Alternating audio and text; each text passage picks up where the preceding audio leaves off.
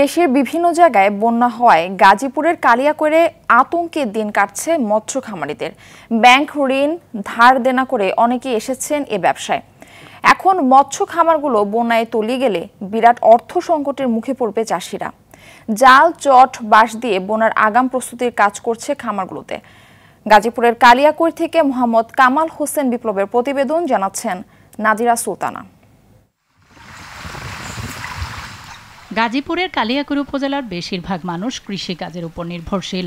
এর মধ্যে উপজেলায় ছোট বড় 2648টি মৎস্য খামার রয়েছে। ব্যাংক ঋণ আর ধার দেনা করে মাছ চাষ করে আসছে বেশিরভাগ খামারি।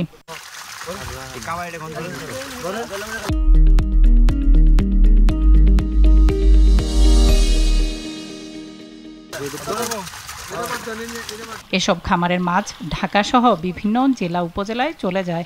বন্যায় খামারগুলো তলিয়ে গেলে বিরাট অর্থ সংকটের মুখে পড়বে খামারিরা, যার ফলে আতঙ্কে দিন কাটছে তাদের।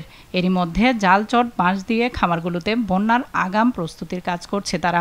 অতিবৃষ্টি এবং আমাদের এই যে খামারের আগে অগ্রিম আমরা জাল দেয়া করে রাখছি।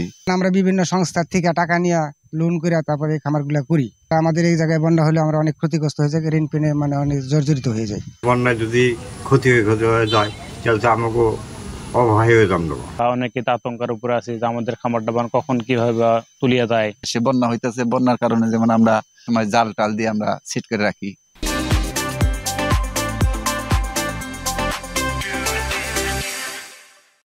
বন্যার আগাম প্রস্তুতির জন্য পরামর্শ দেওয়ার কথা জানান উপজেলা মৎস্য কর্মকর্তা।